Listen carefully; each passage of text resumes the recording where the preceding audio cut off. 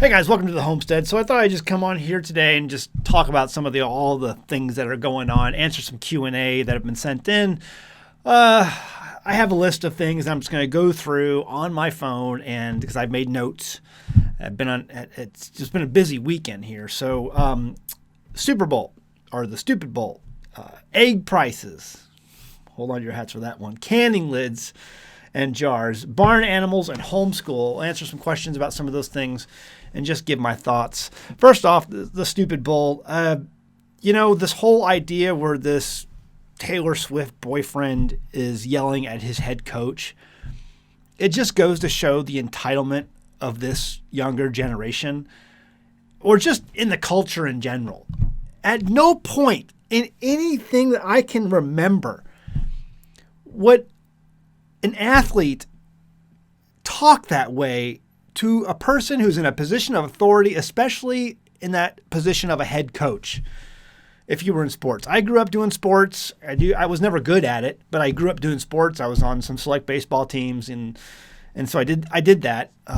But you did not. It boggles my mind that you would address a head coach the way he did. And I didn't watch the game. Okay, I was not even interested, but I saw all the memes. I mean, the memes were rolling, waist deep before the game was even halfway over. Because I think that happened early on in the game. And so I'm scrolling through Twitter and I'm watching all these memes come in, and I'm like, some of them are hilarious. But anyway, all that to say, it's like, do you see that's where we are as a culture, where someone who is an athlete can address a head coach in that manner and it be acceptable? Does not work. I can't comprehend that. I mean, you would be benched immediately if this was 20 years before. You would be benched immediately and probably off the team for the season. That was it. But nope, you're a superstar. You want to roll in wearing sparkly outfits or whatever you're wearing, some sort of beta male outfit. I just don't get it. I don't get it. Leave your comments below if you saw the outfit he arrived at the game in. There is no way on God's green earth that could ever be considered a masculine outfit. You're such a wuss. Okay, egg prices. So the other day on Twitter, I posted this picture. It was a picture of the eggs going from this. It was the price of these eggs that were going through. Hold on. Before I get into this, back to the Stupid Bowl. This was a giant Soros event. Okay, George Soros owns the Taylor Swift music.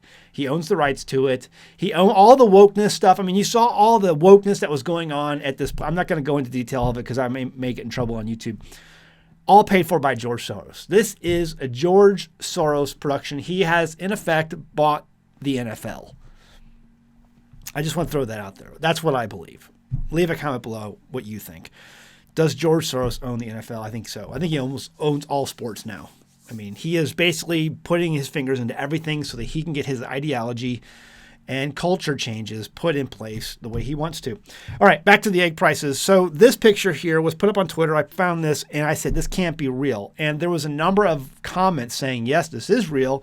I guess that it's put out by a certain company, and people were putting in their own prices depending on where they lived on some of these organic farm fresh eggs. And yeah, you're seeing prices of $9, $10 a dozen, which is absolutely crazy. But so let me just take a look at this website because I have it saved over here. The farm is Blue Sky Family Farms, and it's got a pretty nice website. And I believe just by reading from the website, there's a number of farms where they grow these eggs, where they grow the chickens and they lay the eggs.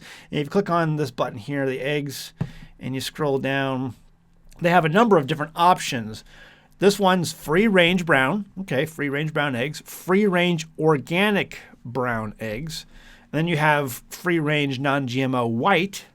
And then free-range non-GMO soy-free brown eggs. So maybe, I mean, this one sounds like it's probably the most expensive one, the free-range non-GMO soy-free brown eggs. But it's not listed as organic. So can I get the free-range, non-GMO, soy-free inorganic? It doesn't have the organic label on it. I'm kind of picky about my eggs. What do you think below? Are they worth over $30 a dozen? I don't know, but maybe if you want to pay that price, you will. I see it's got the kosher symbol, so there's a rabbi who's come in and blessed it for some reason. If you don't know, that's how it works. It's all a shakedown. You see these halal, for the Muslims, and for the kosher for the Jews. It's all basically a shakedown. They pay a rabbi or an imam to come in and to bless the factory and to bless the chickens, or to bless. They did this over at Pilgrim's Pride. My mother-in-law Joanne, she used to work at Pilgrim's Pride, and she worked in the accounting department. And every month there was an invoice that came in from the local imam, who stopped by and said a prayer. And a lot of people I know, they get freaked out by that, because they don't want to buy something that's been, according to what they interpret this as sacrifice to an idol. It's not sacrificing to an idol. A sacrifice requires fire by the biblical definition. What this is just a complete and total shakedown. The same way Al Capone used to do it back in the 1920s. It'd be a real shame if something happened to your place of business if you didn't buy my alcohol. It's the same thing. It'd be a real shame if something happened to your chicken farm and everyone didn't see that kosher symbol or that halal symbol. And what you're going to do is you're not going to get a bunch of people to buy your product. And if you want a bunch of our people to buy your product, you'll pay this fee that we charge to tell all of our people that your product is acceptable. It's all a giant shakedown. Dig down deep in that one if you want to. But anyway, that's the price of eggs. Leave a comment below. Let me know what the price of eggs are going. If you're buying eggs right now, our chickens have been slowing down. We've had a couple people email, say, Zach, how are your chickens doing right now? And they're kind of slow, and it's because of the cold weather. They don't lay as much. Sometimes in colder weather. It's just, there's certain stressors that chickens go through.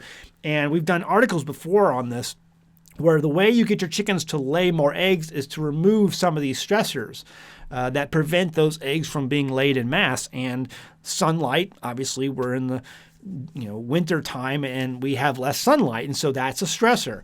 The cold is a stressor. There's different stressors that if you can remove as many as possible, it's going to up your egg production. So that's the price of eggs right now, $36 maybe. I don't know. Now you can do the store lookup, and I did look up. There's a natural grocers that carry this. That's like the only place. It's about an hour away from where I live. A natural grocers.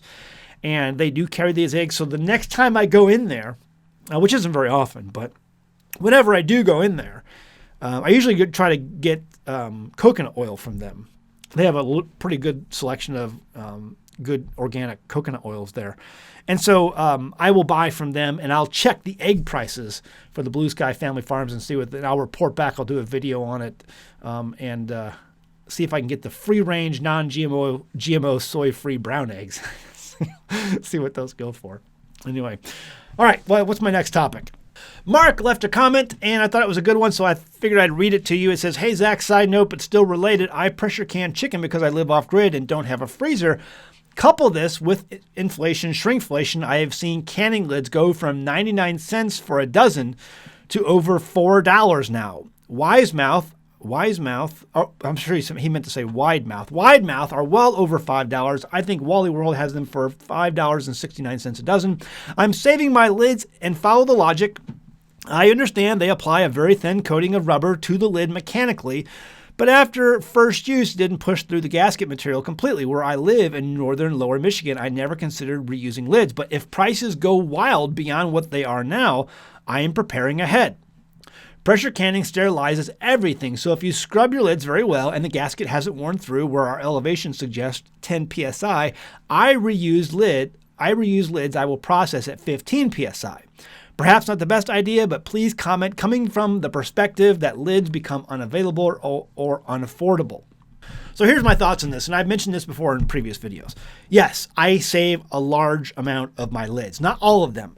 If for some reason I damage the lids when opening the sealed container, then I will toss them. And even then, sometimes I'll toss them, just even if I don't damage them. But I have a lot of used lids saved up, and I've gone through them. I've taken the time to go through them and save the ones that I thought were the best. Yes, you can reuse lids. Now, this is something that the USDA, in their canning practices, you can buy all these manuals and the best canning practices and the rules, the ball rule book or whatever. They frown on this. They tell you not to do this. Bad. Oftentimes in this world, there are people who tell you not to do things that are perfectly acceptable to do. Reusing canning lids, I have done that, and I have never had a failure on my second use. Okay, I've never even tried a third use, but I would assume to say that you could probably get by with even a third use. It just depends. You have to inspect the lids, make sure they're not bent or anything like that. And like I said, I've never had a failure on a second use. I have had failure on first uses because the quality of the ball lids, and many of you will tell me I'm right on this in the comments below, the quality of ball lids have just gone down the toilet over the last couple of years. I have found, like, the rubber that they put on the bottom, obviously on the lid, on the ring, not the ring, but on the lid, they're spraying it everywhere. I have seen rubber sprayed on the tops of the lids at times. I'm like, what the quality control today? It's because we live in a culture now that just people don't care about anything. They don't care about quality of the work. They don't care about craftsmanship. They could care less. And so, yes, we have a lot of people who are just not taking their job seriously in all aspects, in all parts of our culture, and all parts of their careers. And I mean, customer service, everyone knows that's gone down the toilet a long time ago. So it's the same thing. We're seeing a drop in quality with canning lids. I have been getting some of the 4 jars. A lot of other people are suggesting different, even other different companies, some American-made canning lid companies. 4 jars, I believe, are still made overseas. However, and in life there is always a however, I think that you can use these things over and over again. I don't know how many times, but here's the reality of the situation. If times get tough, I feel good about having a good amount of canning lids that are used, that I have sorted through, that I can reuse again. I would feel comfortable reusing again. And I also have a good stockpile of ones that I've never used. I keep a good stockpile of those. I also have some really cheap ones that were absolutely made in China, and I've used those. I did videos a while back saying I got this. I basically jumped. I found a website online that said "Made in USA," but it was a scam. I still got all those lids in the mail. I ordered them, but they were all made in China, and the website completely lied.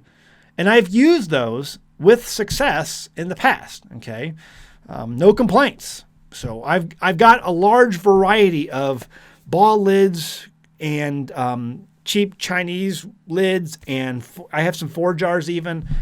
And then I have all my stockpile of used lids that I've saved, that I've gone through, that I think are okay of using again. But yes, you can do this. Don't let people tell you can't. Okay. I think that there are people who are just they go by the book and only by the book, and they feel that if you do anything other outside of the rule book, you're putting your life on the line. And that's just not the case. Okay, there's best practice, and then there's, you get into rebel canning, and you're going to find all kinds of people who do things outside the rules of the USDA, and I'm all about that because the government's wrong on so many things anyway. If you don't agree with me, you're on the wrong channel. Okay, let me go back through my list. That was Mark's concern. I think I addressed that. Let me go back and see if the shrinkflation is real. Going and canning 10 psi to 15 psi in order to assure, I don't think that's been the problem. I have reused lids, and I basically can at 15 psi because of my elevation. I'm always canning at 15 psi, and I've never had an issue or needed to go higher. Obviously, you're really not supposed to go higher than 15 psi because you're getting into danger zone at that point. I've never had a problem. If you're an experienced canner, please leave your thoughts below on this. Would you reuse lids? Would you not reuse lids? Do you have a stockpile just in case? Because listen, at some point, if Wally World goes out and you don't have a way to buy more lids, you're going to have to use old lids if you saved them. What do you think about that? Leave a comment below. Your thoughts may help someone else who's also trying to navigate these waters. Speaking of Rebel canning, this is something I did last fall, and I'm getting down low on some of my stock. But these are basically canned potatoes. They're just canned with potatoes, no water, no liquid. The liquid you see there is just butter. So I sliced up potatoes I grew, and then I put them in the jar, canned them with butter and a little bit of salt, and my kids love them. So these are an easy meal. I take them out, put them in a dish, and then put them in the oven, heat them up, and sprinkle some cheese on them or something, some salt and pepper, and good to go. It's a great part of the addition to the meal. But absolutely Rebel canning. USDA says do not do this. You're going to die. Haven't died yet. I'm going to keep doing it. This is a hit. There's lots of videos out there talking about doing this, and so just follow one. I have found the best rule of thumb is to find the little old ladies out there on YouTube who have been doing this for decades. If they're doing it and they're still kicking, you're good to go. Okay. One other thing I'll bring up, this is something that's been coming up a lot too, off and on. Not too often, but off and on. And I just got another email about it the other day, is cloudy jars. See how that's cloudy? Okay. That's cloudy. Do you ever have jars that end up like this from your canning? Sometimes much worse. What causes that is hard water deposits. So you're probably on a well system and you have well water coming through your system, and when you filled your canner full of water, you basically used hard water to fill that, to top off whatever level you need to do that. And all those are mineral deposits within that water, probably from your well. So the way you do, this doesn't happen to me a lot because we are on rain catchment. Excuse me. We're on rain catchment. So this is not a big deal for us. But sometimes during the wintertime when I'm canning things, early winter especially, when I have to turn the water off, sometimes we have to go get water from our well. Or we get water from our well. And so that's how this happened. Doesn't happen very often, but it does. And we get mineral deposits. The way you fix this is, number one, when you can, you put a couple tablespoons of vinegar in your canner, into the water that's in your canner. And then, or you can go ahead and take a jar like this that already has the cloudiness on it, and then soak it into like a bowl, fill a bowl up of water, submerge this into there, and then put like a cup or two of vinegar into that water and let it sit overnight, and then pull it out and scrub it, and it should come off. It should be all gone. It returns them to their former glory. But I haven't done it to that one because I wanted to save it for a video to show you how cloudy these things get. And that, no matter how hard you scrub this, you can't get it off. You can't get it off. I scrub and scrub and scrub. It doesn't come off. You need vinegar to get it off. So that's the key. Yeah, I wanted to save that so we could talk about it. It's come up. And then Carla left a comment. Here it is. Hi, Zach. Thank you for your tough talk. It's exactly what is needed in these times. By the way, I grew up in the south of Saskatchewan on a farm. My dad used to bring the early newborn calves into the house to prevent them from freezing to death. The kitchen was large enough and the flooring could withstand the mess. They may have just spent the night or many nights until they were able to survive back outside. We would pail feed them best as we could, and I seem to recall baby bottles being employed as well. There was the odd time the mother would not take the calf back, and in those cases, the calf would become a project for us to raise in the farmyard and would become part of regular chores to feed it until it grew and could join the herd. There could be reasons this is not doable when it comes to sheep, but I just thought I would mention it to you. Blessings, Carla. So yeah, I have heard of people doing this, and I don't subscribe to it. Let me tell you why. However, before I get into that, this was normal back in the day, especially for people and farms more up in the northern part of the hemisphere. The more north you get, obviously, the colder you get. In Saskatchewan, that's got to be pretty cold. So if you live up in those places, most of the time, and not today, but back in the old days, back in the 1800s, most homes were built with the barns attached so that you could have your animals right there with you all the time. And so you'd always have your, those they would be connected. The barn and the home would be connected. And so that was something that was just built into the home. And we have gotten away from that. But if you read old books and you read old stories that take place back in the 1800s or were written with that perspective in mind, you will often see that. It's also one of the reasons why Jephthah in the Bible, he made that proclamation that whatever comes out of my house, the next thing that comes out of my house would be a sacrifice. It didn't go as planned because he thought an animal would come out of the house and not his daughter. Anyway, you can look up that story in the book of Judges. My point being is that that's how homes were traditionally made when they had livestock. You kept your animals close. The alternative is something that I subscribe to and I go along with. I don't have a barn. There have been a few times throughout me living here where we have brought in a new lamb that was born and we've caught it in time. We'll bring it inside. We'll wipe it off because it's a newborn. It's like freezing outside and not doing well, not having the strength to get up and feed from mama being a newborn. And so we'll bring it in, wipe it off, get it by the fire, get it to a point where it can stand. And once it gets to a point where it can stand, it has that strength. What I will do is I'll go back out to mama and I will get the colostrum out of her teats and I will put that in a syringe and I will give that first burst of energy down the gullet of the lamb. And that's usually enough to get it going. And then back outside it goes and never had a problem after that. It always works. I have a rule around here. If a friend of ours subscribes to the same thing, and it's basically sink or swim. So sink or swim, you're going to make it or not. If I can catch you when it's freezing, I will bring you in the house and do what I just described. However, if I don't, sink or swim. And that seems harsh to a lot of people. However, what that will do, and in life there is always a however, that will bring you a stronger herd because the weak will fall off and the strong will survive. And you'll actually bring stronger genetics into your herd as a whole. You will have a hardier animal. It's just the reality of life. There are animals and people who are just stronger than others and animals who are just weaker than others. And there's nothing really you can do about it. Okay. And so we subscribe to, sink or swim. It's up to you what you want to do. I don't have time for a project animal.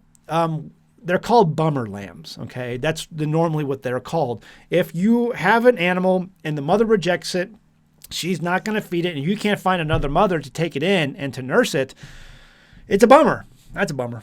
And you have to then take that role onto yourself. I don't have time for that, okay? You're going to sink or swim, okay? Just the harsh reality of life. And, you're just a lamb and there'll be others that come along. Sorry. Oh, Zach, you're so cold-hearted. I know. But it's just a reality. You have to pick your battles. You can't do everything. And on the homestead, there's more things that are important. And when it comes to, it's a numbers game. And the reality is I don't have to have you survive in order to make it. If times were different and things were different and circumstances were different, I might do that. But the reality is I don't have the time or the money to go out and buy a whole bag of expensive milk, dried milk, and feed that lamb 3 times a day or whatever it's going to take to get him to a point where I can wean him. I just don't have time. My kids don't have time. They have schoolwork that needs to be done. I have other things. There's other things. So you have to prioritize. And some things just fall by the wayside. And that can be harsh for some people, especially if they grew up watching Disney movies. Okay. Last thing I'll get into, this has been a long video, so I hope you like the long format. Homeschooling. A number of homeschooling conferences coming up this year. I'm looking forward to going out and visiting some people and meeting some new folks. Making some arrangements in that regard that I think I'll be able to bring to the channel and you'll enjoy.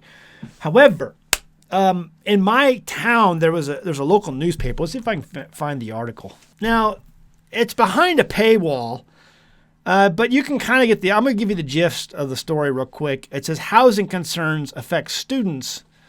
The ongoing housing crunch in Huntsville might feel to some as a grown-up problem, but it also affects the county's youngest residents, school students. Now, this was published by my local paper of the town nearby where I live. And just letting you know, the paper is owned by people who are more liberal than $1 trillion bill. This is a $100 trillion bill. You don't get more liberal than that because that's what causes inflation. And our president, as liberal as he is, and the people who are running our government, as liberal as they are, have no concept or idea of how inflation gets started. But that is how inflation gets started. When you print, and the money printers go burr to infinity, that's how you create inflation. And our Congress and our politicians are a bunch of heroin addicts. So all of that to say, we have this issue where people are fleeing blue states en masse and they're coming to red states like crazy, mostly Texas and Florida, according to the statistics that are published by the news media. Florida and Texas. If you live in Florida or Texas, you know this. However, other red states are experiencing this influx as well. And so you have people moving to the area and they're like, oh my gosh, look at all these people. Well, how come, riddle me this, tell me why the school numbers are going down. Why are we losing enrollment? Because these people are as liberal as $1 trillion bill. They have no concept of how the world works. They don't realize that people are leaving these states because a large majority of them are not liberal. They're sick of the policies. They're sick of the high taxes. They're sick of the high regulation. And they want to move to a place where they can be more free. And so they come here. Do you think they're going to put their kids back in the public school systems? Heck no. Now, I have been told, and I am not for certain of this. This is what I have been told. This is the rumor on the street, according to where I live, that there is a faculty member in the local public school system who identifies as a cat. Yeah, it's even gotten here, folks. Now, if you're a conservative and you want to move your conservative family to a place where you can live amongst more conservative people, and you find that the public school system where you just moved to has a faculty member that perhaps, again, I don't know for sure, I've just heard this through the grapevine of the town, who identifies as a cat, oh no. No. Yes, we have a housing problem. There's not enough housing. There's not enough places for people to go. But they're sure as heck not going to put their kids into the public school system. If there are people there who are okay, who just don't mind that someone there identifies as a cat. We have a mental problem in this country. And this is one of the reasons why we have high inflation. Just like, we haven't even begun to get to the point of Zimbabwe yet, but we're heading there. Guys, we're $34 trillion in debt. The deficit now is like $1.7 trillion, and they're expecting it to go next year to $2.4 trillion. We have no concept of reality anymore. Thus why people identify as cats. Now, all that to say, the newspaper didn't pick up on this at all. They don't know how to add. They don't know how to do basic math, obviously, and that's why we have a $34 trillion debt problem. Because the same sort of people who are running that newspaper are running our government. They don't understand that people moving here might not want to put their kids in a public school where there may perhaps be a faculty member who identifies as a cat. And they come to the conclusion, well, it's just because we don't have enough housing here. That's why. We have all these people, we're out of housing. But why isn't our school enrollment going up? And in fact, why is it going down? Perhaps it's because of your ideology. Go live in one of those blue states where anyone can absolutely be accepted by identifying as a cat. Oh, boy. What are your thoughts? Please leave a comment below. It's happening everywhere. The world's just gone crazy. What would our grandparents think if they were around? I'm not talking like if you're in your, 20 grandparents. They're probably half the problem. But what if you're in your 50s or if you're in your 60s and your grandparents, I'm in my 40s, my late 40s. My grandparents would be like, absolutely, what in the world has happened to you? What a mess. I'm interested in your comments. Please leave them below. It's been a long video, but there's been a lot to talk about. I just, the stupid bull, the memes I'm seeing coming out of this place, it was an absolute dumb fest the other night. You know, before long, we're going to have 2 more, or 3 more, or 20 more national anthems that we all have to, you know, where's the pet national anthem for those who identify as animals?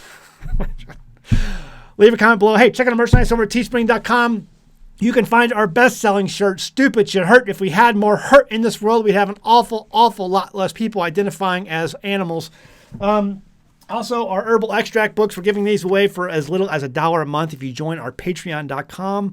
If you buy these on Amazon, you're going to pay around $800 for one and $900 for the other. And the reason for this is because of the information, the valuable information contained within. This was written over 100 years ago by Dr. A.B. Howard. Excuse me. I'm not used to these long video formats, so it's like need to get a drink of water. Over 100 years ago, out of copyright, out of print, and you want to be able to get these PDFs, you can do that by joining our Patreon level for $1, just the low level for $1 a month. Again, having issues. I'm trying to get through this video. If you join at higher levels, I sincerely appreciate it, and you'll be open for more giveaways, or I should say awards, because according to the terms of service of Patreon, we're not allowed to give we're not allowed to give giveaways. The world's the way it is because of all the lawyers, don't you see? What did Shakespeare say about the lawyers? Leave a comment below. But yeah, you want to get these things. You want to get you want to get the PDFs, get the hard copies printed out. It's great information. Information that the pharmaceutical companies has been trying to eliminate off planet Earth for the last 100 years. All that to say, see you next time in the homestead. Bye. Have you ever gone to a health food store and seen all those small bottles of probiotics in your cooler section? Man, can they be pricey. Are you really getting all you need to improve your gut health from those expensive bottles? How viable are they? Most of those products claim to give you between 8 and 15 strains of gut-healthy healing bacteria. Think of each strain of bacteria as a different factory in your gut. Each factory is responsible for breaking down that food in its own way. The more factories you have, the more the food is broken down and the easier the food is absorbed and digested by the body. A 2018 study published by the National Library of Medicine shows that one fermented head of cabbage can produce up to 114 strains of beneficial bacteria. That's a lot more food factories than you're getting from that expensive pill bottle. And that's just cabbage. Imagine the probiotics when you add garlic, onions, pepper, and more to that ferment. PerfectPickler.com and its home fermentation kits provide you with everything you need to get started making your own gut-healthy food factories from the comfort of your own kitchen. PerfectPickler.com even provides a jam-packed recipe book with many of our kits. Visit PerfectPickler.com and start fermenting your own veggies to begin your journey to better gut health. That's PerfectPickler.com.